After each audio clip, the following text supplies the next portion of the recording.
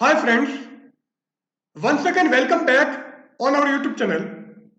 In the present lecture of Atomic and Molecular Physics or Spectroscopy, today we will discuss about X-ray spectra. दोस्तों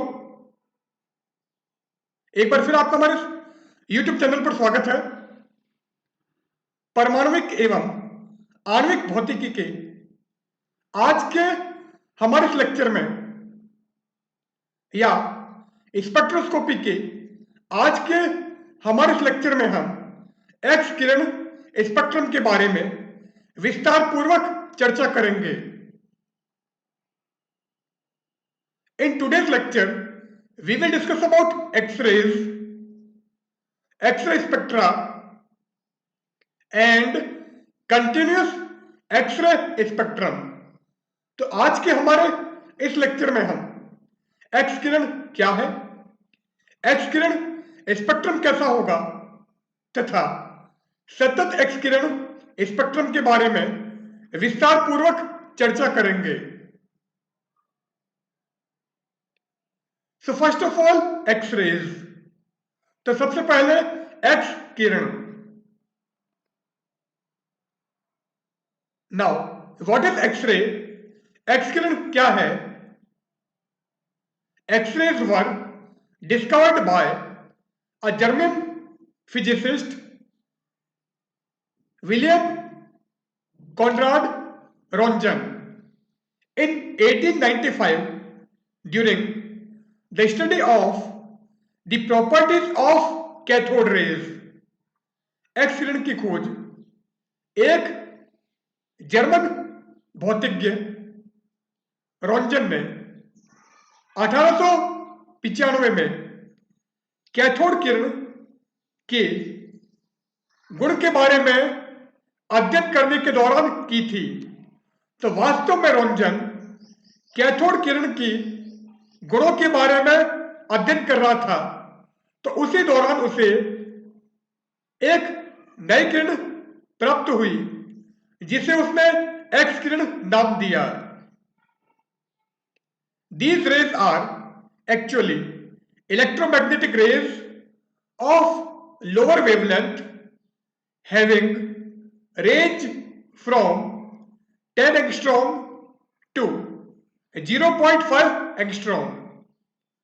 ये किरणें वास्तव में अल्प तरंगदैर्घ्य परास की विद्युत चुंबकीय किरणें होती है तथा इनकी तरंगदैर्घ्य परास 10 एंगस्ट्रॉम से 0.5 एंगस्ट्रॉम होती है।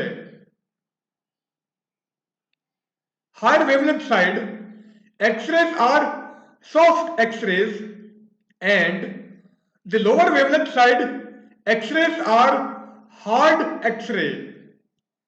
वे एक्स किरण जिनकी तरंगदैर्घ्य उच्च होती है उन्हें हम मृदु एक्स किरण तथा जिनकी तरंगदैर्घ्य कम होती है उन्हें कठोर एक्स किरण कहा जाता है। तो एक्सरेज को हमने soft x ray and hard X-ray में डिवाइड किया है। तो वो एक्सरेज जिनकी वेवलेंथ हाई है वो सॉफ्ट एक्सरे एंड जिनकी वेवलेंथ लो होती है वो हार्ड एक्सरे होंगी। Now properties of X rays, X किरण के गुणधर्म। Since the X rays do not deflect by electric and magnetic fields, hence they does not consist of charged particles. चूंकि X किरण विद्युत एवं चुंबकीय क्षेत्र द्वारा विक्षेपित नहीं होती हैं, अतः इनमें कोई भी आवेशित कण नहीं होता है।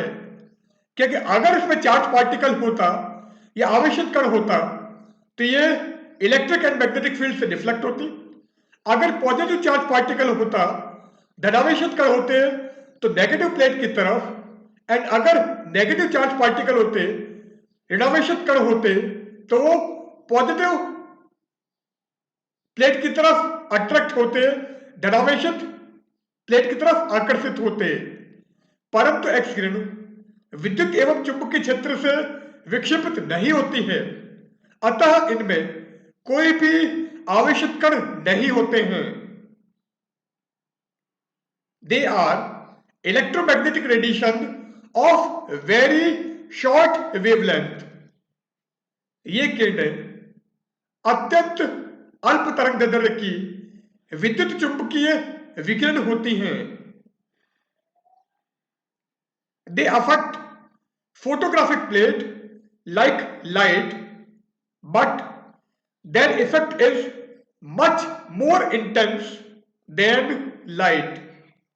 एक्स किरण फोटोग्राफिक प्लेट पर प्रकाश की भांति प्रभाव डालती हैं, तो लाइट जैसे फोटोग्राफिक प्लेट पर अपना इफेक्ट डालती है, अपना प्रभाव डालती है, उसी प्रकार एक्स किरण भी फोटोग्राफिक प्लेट पर अपना प्रभाव डालेंगी, परंतु इनके द्वारा फोटोग्राफिक प्लेट पर डाला गया प्रभाव प्रकाश की तुलना में अधिक तीव्र होगा। X rays travel in straight lines with the velocity of light.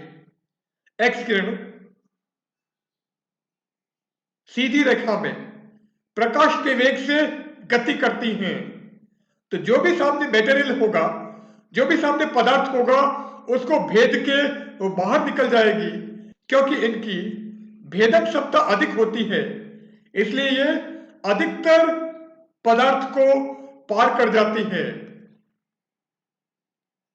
इसलिए हमारे शरीर का अगर स्ट्रक्चर आपको देखना है तो जनरली डॉक्टर पहले उसकी बॉडी का एक्सरे करता है, देन फोटोग्राफिक प्लेट पर उसका स्ट्रक्चर आ जाता है कि अंदर कोई पार्ट अगर इसका डैमेज है तो उसमें क्या डैमेज हुआ है या किस लेवल तक का डैमेज है उसका पता कर सकता है। They produce fluorescence in several materials. X किरण कई पदार्थों में प्रतिदीप्ति उत्पन्न करते हैं, तो जैसे मटेरियल के ऊपर जाकर एक्स किरण स्ट्राइक करेगी, एक्स किरण टकराएगी, तो वहां पर प्रतिदीप्ति हमें दिखाई देगी, फ्लोरोसेंस दिखाई देगा। X rays ionize the gas through which they pass. X किरण जिस गैस में से गुजरती हैं उन्हें आयनित कर देती है। These rays have high penetrating power and can pass through many solids. X किरण की उच्च भेदक क्षमता होती है तथा ये कई ठोसों को पार कर जाती हैं। They produce photoelectric effect also. ये प्रकाश विद्युत प्रभाव भी दर्शाती हैं। X-rays also show interference, diffraction and polarization similar to the light rays. प्रकाश की भांति एक्स किरण व्यतिकरण, विवर्तन तथा ध्रुवण भी दर्शाती हैं। तो ये एक्स किरण की कुछ प्रॉपर्टीज थी, एक्स किरण के कुछ गुणधर्म थे। Now X-ray spectra, X-kiरण spectrum. So X-ray spectra. The wavelength of X-rays can be determined by Bragg's law. X किरण की तरंगदैर्ध्य ब्रैग के नियम से ज्ञात की जा सकती है। एंड ब्रैग्स लॉ क्या है? 2d sin theta equal to n lambda. Here n is order of spectrum and d is interplanar distance. यहां n स्पेक्ट्रम की कोटि है तथा d अंतर तलीय दूरी है। तो जिस क्रिस्टल में से हम एक्सरेज को पास कर रहे हैं उसका जो इंटरप्लेनर डिस्टेंस है या अंतर तलीय दूरी है वो हमारी d होती है।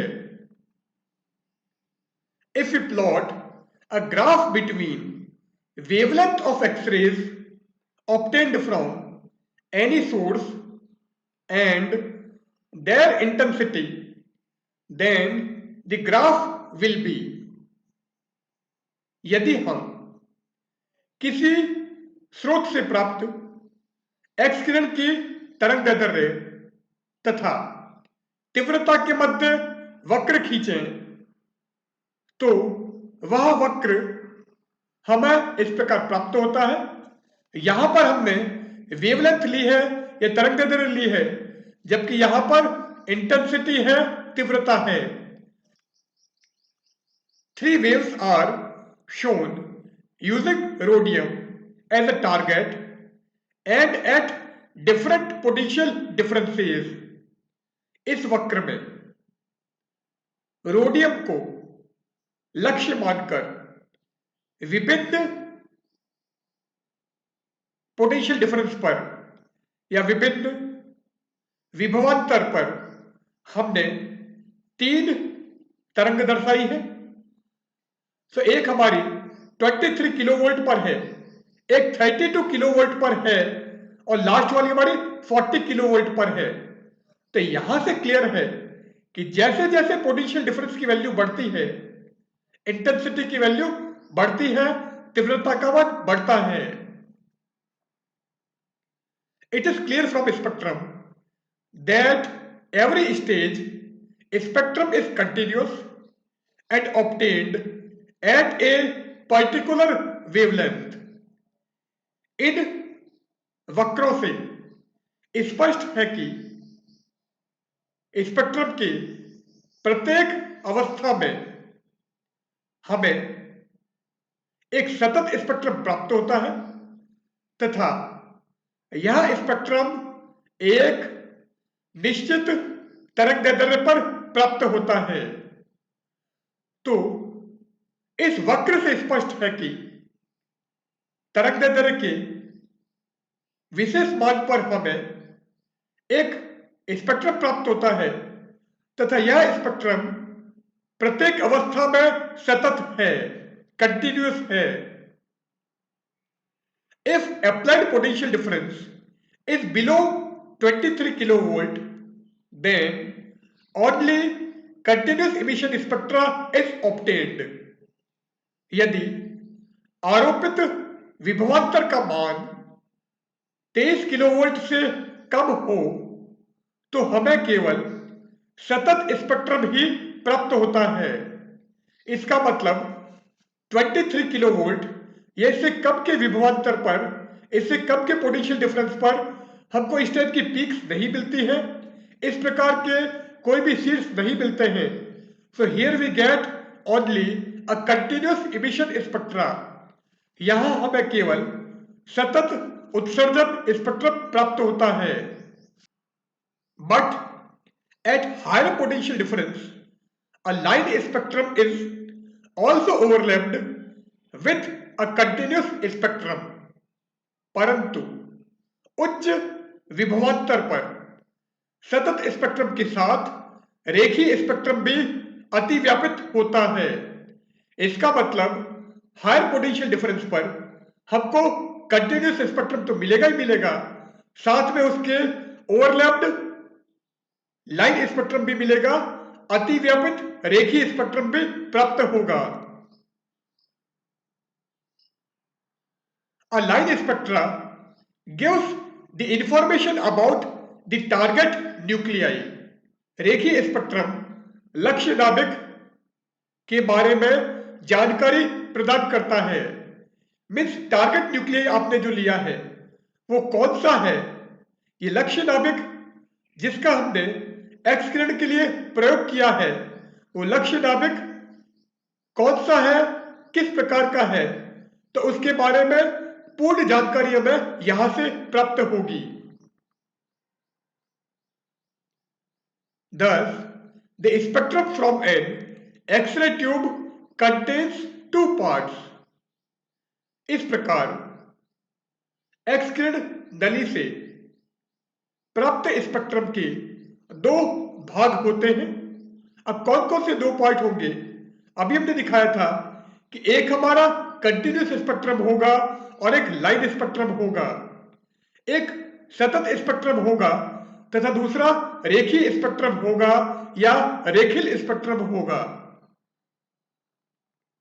सो first of all continuous spectrum, तो सबसे पहले सतत spectrum. It consists of all possible wavelength from a certain lower limit to higher values continuously, like a visible spectrum. So it is also known as white spectrum. इस spectrum में एक निश्चित निम्न परास से लेकर उच्च परास की सभी तरंगदैर्ध्य सतत रूप से प्राप्त होती है, जैसा कि दृश्य स्पेक्ट्रम में होता है। अतः इसे हम श्वेत स्पेक्ट्रम भी कहते हैं, क्योंकि विजिबल स्पेक्ट्रम जो है या व्हाइट लाइट स्पेक्ट्रम जो है उसमें हमको पूरा स्पेक्ट्रम मिलता है, पूरी विजिबल रेंज मिलती है और बीच में कोई भी वेवलेंथ ब्रेक नहीं होती है, बीच की कोई भी तरंगदैर्ध्य उसमें गायब नहीं होती है। तो वॉयलेट से लेकर रेड तक सारे कलर हमको उसमें दिखाई देते हैं। इसी प्रकार यहां पर एक निश्चित निम्न परास से लेकर उच्च परास तक की सभी संभव तरंगदैर्ध्य सतत रूप से दिखाई देते हैं, जैसा कि एक दृश्य स्पेक्ट्रम में होता है। इसीलिए इसे हम श्वेत स्पेक्ट्रम भी कहते हैं। Now second one is characteristic और लाइन स्पेक्ट्रा। अब दूसरा स्पेक्ट्रम कौन सा है?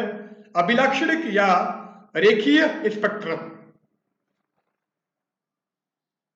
It consists of definite, well-defined wavelength superimposed on the continuous spectrum. इस स्पेक्ट्रम में सतत स्पेक्ट्रम के ऊपर एक निश्चित तरंगदैर्ध्य की स्पेक्ट्रम अतिव्यापित होता है। तो हमारे पास में कंटिन्यूस स्पेक्ट्रम तो होगा ही होगा, उसके ऊपर लाइन स्पेक्ट्रम भी सुपरपोज होगा। So in this spectrum a definite well-defined wavelength superimposed on the continuous spectrum। तो अभिलाक्षणिक या रेखिल स्पेक्ट्रम में सतत स्पेक्ट्रम के ऊपर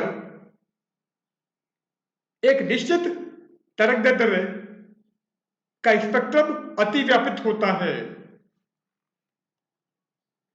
The spectral lines of this spectrum generally occurs in small groups। इस स्पेक्ट्रम की स्पेक्ट्रमी रेखाएं सामान्यतः छोटे छोटे समूह के रूप में होती हैं। तो ये जो ग्रुप है या समूह है वो के स्पेक्ट्रम हो सकता है, एल स्पेक्ट्रम हो सकता है, एम स्पेक्ट्रम हो सकता है, इसी तरह से दूसरे कोई भी लाइन स्पेक्ट्रम हो सकते हैं। These lines are characteristics of the material of the target nuclei। ये रेखाएं लक्ष्य नाभिक के पदार्थ के अभिलाक्षणिक दर्शाती हैं। तो जो आपने टारगेट न्यूक्लियाई लिया है, जो लक्ष्य नाभिक लिया है, उस पदार्थ की क्या क्या अभिलाक्षणिक गुण है वो हमें इन रेखाओं से प्राप्त होगा, क्योंकि जिस पोजीशन पर हमको लाइन मिलेंगी, रेखाएं मिलेंगी, उसके हिसाब से हम उसकी कैरेक्टरिस्टिक डिफाइन कर सकते हैं, उसके अभिलाक्षणिक गुण परिभाषित कर सकते हैं। नाउ कंटिन्यूअस एक्सरे स्पेक्ट्रम, सतत एक्स किरण स्पेक्ट्रम। सो कंटिन्यूस एक्सरे स्पेक्ट्रम या सतत एक्सकिरण spectrum. The continuous X-ray spectrum was discovered by Duna and Hunt। सतत एक्सकिरण स्पेक्ट्रम की खोज डूना तथा हंट ने की थी। If by taking tungsten element as a target nuclei and by applying different potential difference on the X-ray tube, we plot the intensities of the rays produced against wavelength, then the curve will be according to the figure। यदि tungsten तत्व को लक्ष्य नाभिक लेकर तथा x किरण नली पर विभिन्न विभवांतर आरोपित करके हम प्राप्त किरण की तीव्रता एवं तरंगदैर्घ्य के मध्य वक्र खींचे तो वह वक्र हमें चित्रानुसार प्राप्त होता है।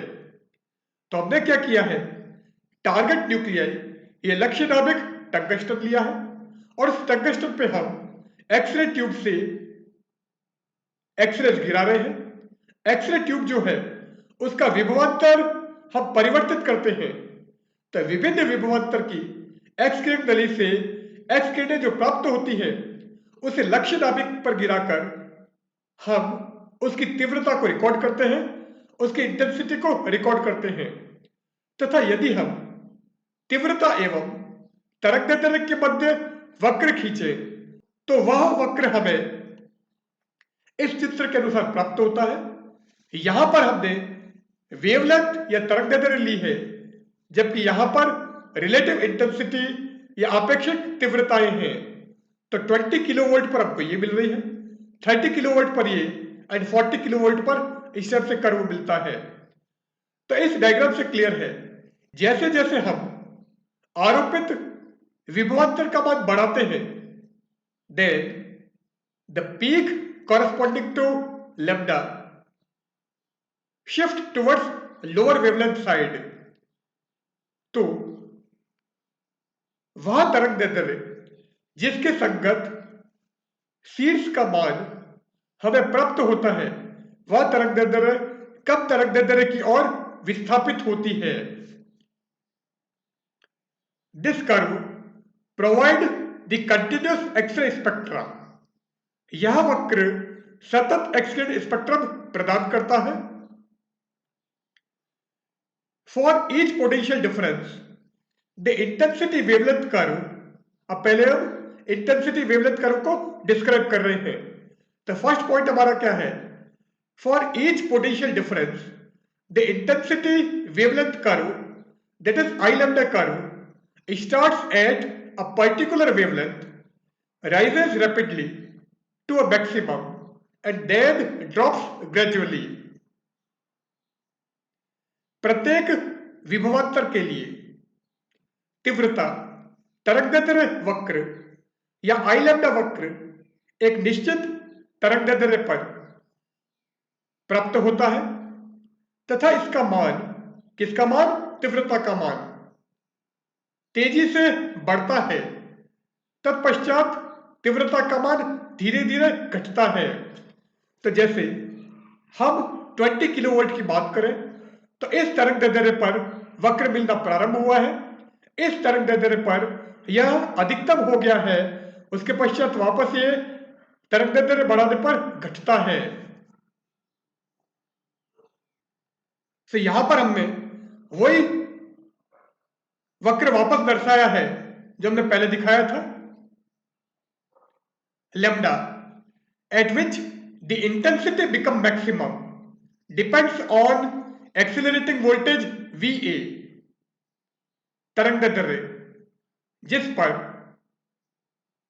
तीव्रता का मान अधिकतम होता है वह त्वरक वोल्टता पर निर्भर करती है। Higher the value of accelerating voltage higher will be the intensity. त्वरक वोल्टता का मान जितना अधिक होगा तीव्रता का मान उतना ही अधिक होगा, क्योंकि यहां पर हमने एक्सेलरेटिंग वोल्टेज 20 किलो वोल्ट लिया है। जैसे जैसे एक्सेलरेटिंग वोल्टेज की वैल्यू बढ़ती है, पीक हमारी ऊपर होती जाती है, सीड्स का मान अधिक होता जाता है, ये तीव्रता का मान बढ़ता जाता है। The peak intensity shift towards the shorter wavelength side as the value of VA increases. त्वरक वोल्टता का मान जैसे जैसे बढ़ता है, वह तरंगदैर्ध्य जिस पर शिखर तीव्रता प्राप्त होती है, वह कम तरंगदैर्ध्य की ओर विस्थापित होता है। तो जैसे जैसे VA की वैल्यू बढ़ रही है, ये पीक हमारी लोअर वेवलेंथ की साइड या निम्न तरंगदैर्ध्य की ओर विस्थापित हो रही हैं। Thus, the penetration power of X-rays increases with the voltage. क्योंकि इंटेंसिटी पेनिट्रेशन पावर को रिप्रेजेंट करेगी, क्योंकि तीव्रता भेदक क्षमता को दर्शाएगी।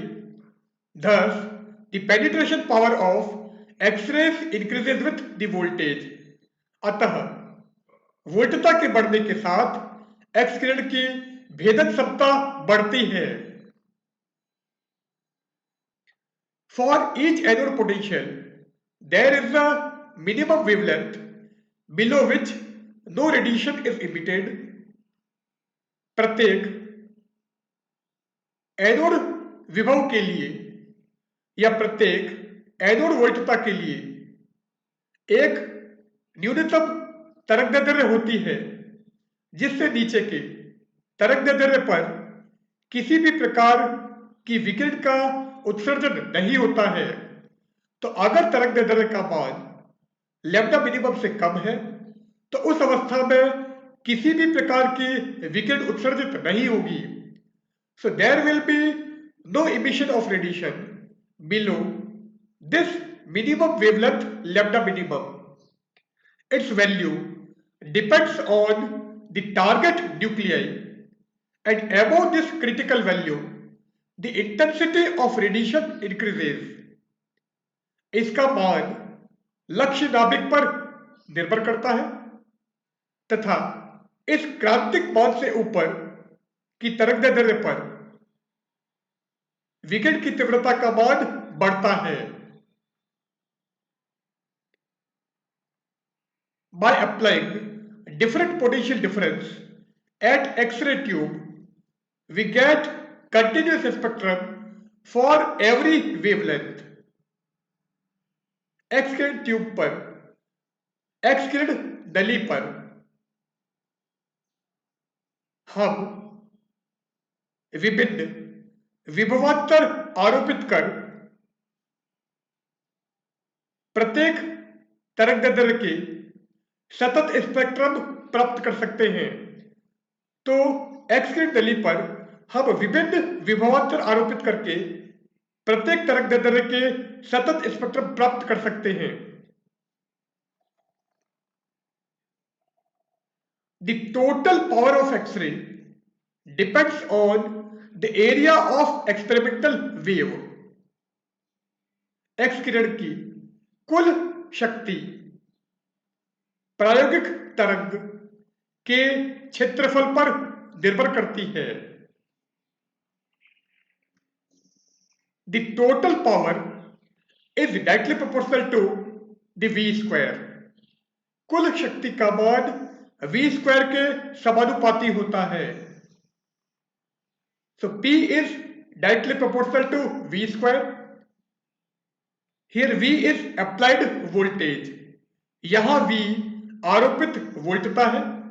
तो जैसे जैसे आरोपित वोल्टता का मान बढ़ेगा, कुल शक्ति का मान बढ़ेगा। So as the applied voltage increases, the total power of X-rays also increases. The total power is directly proportional to Z. कुल शक्ति का मान Z के समानुपाती होता है।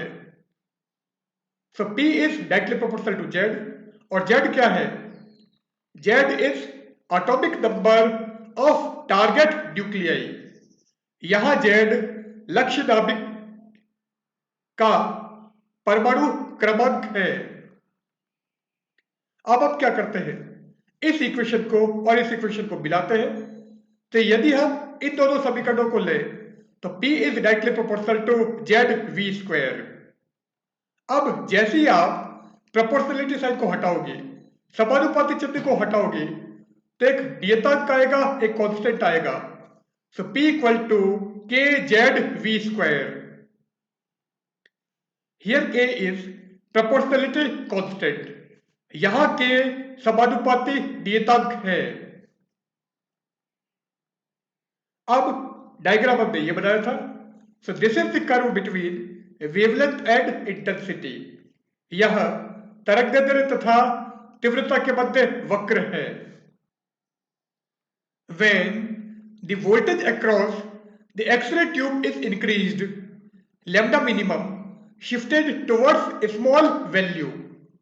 जब एक्स किरण नली के अनुदेश वोल्टता का मान बढ़ाते हैं तो लैम्डा मिनिमम अल्प मान की ओर प्रतिस्थापित होता है। तो जैसे जैसे आप वोल्टेज की वैल्यू बढ़ाओगे तो उस केस में लैम्डा मिनिमम हमारा मिनिमम वैल्यू की साइड या कम मान की ओर शिफ्ट होगा, प्रतिस्थापित होगा। It means lambda minimum is inversely proportional to V। अतः लैम्डा मिनिमम का मान वोल्टता के व्युत्क्रमानुपाती है। So lambda minimum is inversely proportional to V। और अगर हम प्रोपोर्शनलिटी साइन को हटाएंगे तो कांस्टेंट आएगा। अब पहले हम इसको फ्रीक्वेंसी के टर्म्स में चेंज कर देते हैं, या आवृत्ति के पदों में चेंज कर देते हैं। तो C equal to nu lambda होता है, इसका मतलब nu equal to C by lambda. तो लैम्डा जितना मिनिमम होगा न्यू की वैल्यू उतनी ही अधिकतम होगी, मैक्सिमम होगी। So nu maximum is directly proportional to V। क्योंकि यहां पर हम C अपॉन न्यू मैक्सिमम रख देते हैं, तो C हमारा कांस्टेंट है, इसलिए उसको हमने कांस्टेंट के साथ में इन्वॉल्व कर दिया है। So nu maximum is directly proportional to V। और nu maximum equal to K into V। यहां पर हमने कांस्टेंट ऑफ प्रोपोर्शनलिटी या समानुपाती नियतांक K का प्रयोग किया है। अब अगर हम ग्राफ खींचे applied voltage versus frequency, frequency means maximum frequency, तो अब यदि हम आरोपित वोल्टता जो हमारे किलो वोल्ट में है तथा अधिकतम आवृत्ति के मध्य वक्र खींचे, तो यहां से क्लियर है कि जैसे जैसे V बढ़ेगा न्यू मैक्सिमम की वैल्यू बढ़ेगी। So as the value of voltage increases, the value of new maximum also increases. So here we get a straight line. Now origin of continuous X-ray spectrum। अब सतत X-ray spectrum का उद्गम। It was derived by Duna and Hunt। So here we give Duna and Hunt's law। यहां पर हम डूना एवं Hunt का नियम भी ज्ञात करेंगे। अब यहां पर हमने एक टारगेट दिखाया है, एक लक्ष्य नाभिक है। इस लक्ष्य नाभिक पर हम एक हाई एनर्जी इलेक्ट्रॉन बीम भेजते हैं, एक उच्च ऊर्जा की इलेक्ट्रॉन पुंज भेजते हैं। इसकी एनर्जी हाफ m(u1)² है और यह अपनी एनर्जी इस टारगेट को देगा और इसके बाद में इसकी एनर्जी हाफ m(u2)² होती है। और इन दोनों के बीच का जो एनर्जी डिफरेंस है, दोनों के मध्य का जो ऊर्जा अंतराल है, उस एनर्जी के बराबर एक्सरे फोटोन हमारा बाहर निकलता है, एक्सक्रीड फोटोन बाहर निकलेगा। If A high energy electron beam incident on a target nuclei, then it enters into the target and deviates from its actual path। यदि एक उच्च ऊर्जा का इलेक्ट्रॉन पुंज किसी लक्ष्य नाभिक पर आपतित होता है तो वह लक्ष्य के भीतर प्रवेश कर जाता है। तथा अपने वास्तविक पथ से विचलित हो जाता है, तो जो उसका एक्चुअल पाथ था उससे वो थोड़ा सा डेविएट हो जाएगा, थोड़ा सा विचलित हो जाएगा। In this process, the loss of energy of incident electron beam provides an X-ray photon, and electron loses its velocity due to interaction with strong field of target। इस प्रक्रिया में आपतित इलेक्ट्रॉन पुंज अपनी कुछ ऊर्जा खो देता है तथा यह ऊर्जा वह एक्सरे फोटोन को प्रदान करता है एवं इलेक्ट्रॉन इस प्रक्रिया में लक्ष्य नाभिक के प्रबल क्षेत्र के साथ क्रिया करके अपना वेग कम कर देता है या अपने वेग में हानि कर देता है। तो u1 की वैल्यू u2 से ज्यादा होगी। It means the initial velocity of